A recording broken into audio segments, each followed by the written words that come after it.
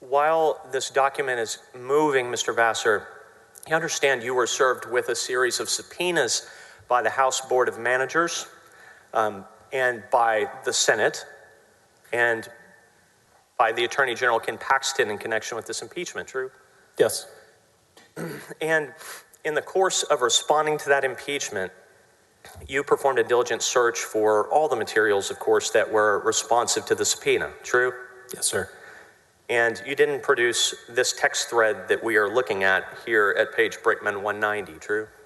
I didn't have it. That's correct. It was not produced. And you did not have it, sir, because you deleted it, correct? No, that's not correct. Why did you not have it? My phone, my personal phone, through which these messages were sent, had a retention policy of 30 days to align with the Office of the Attorney General's retention policy. And so those records were automatically expunged under that retention policy.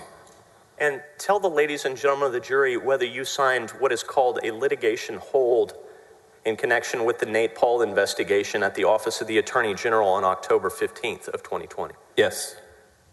But you did not hold this text thread that related to that investigation, true? It did not occur to me to change the setting on my personal device, but I delivered my agency phone and laptop to Brett Webster before I was placed on investigative leave. So I presume that any information on those devices were maintained.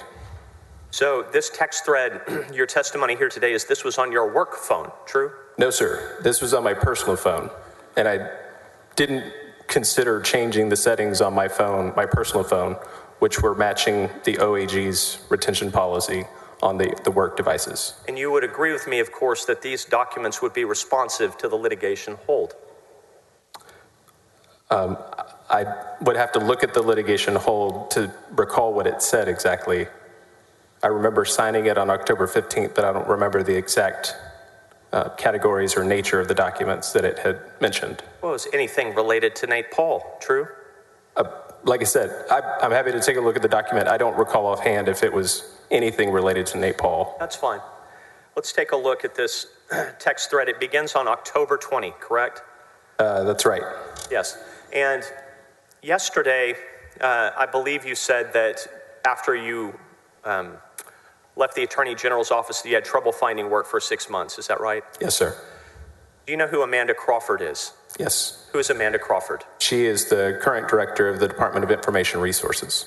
And upon your leaving the Attorney General's office, Amanda Crawford offered you the position of General Counsel at the Texas Department of Information Resources, true?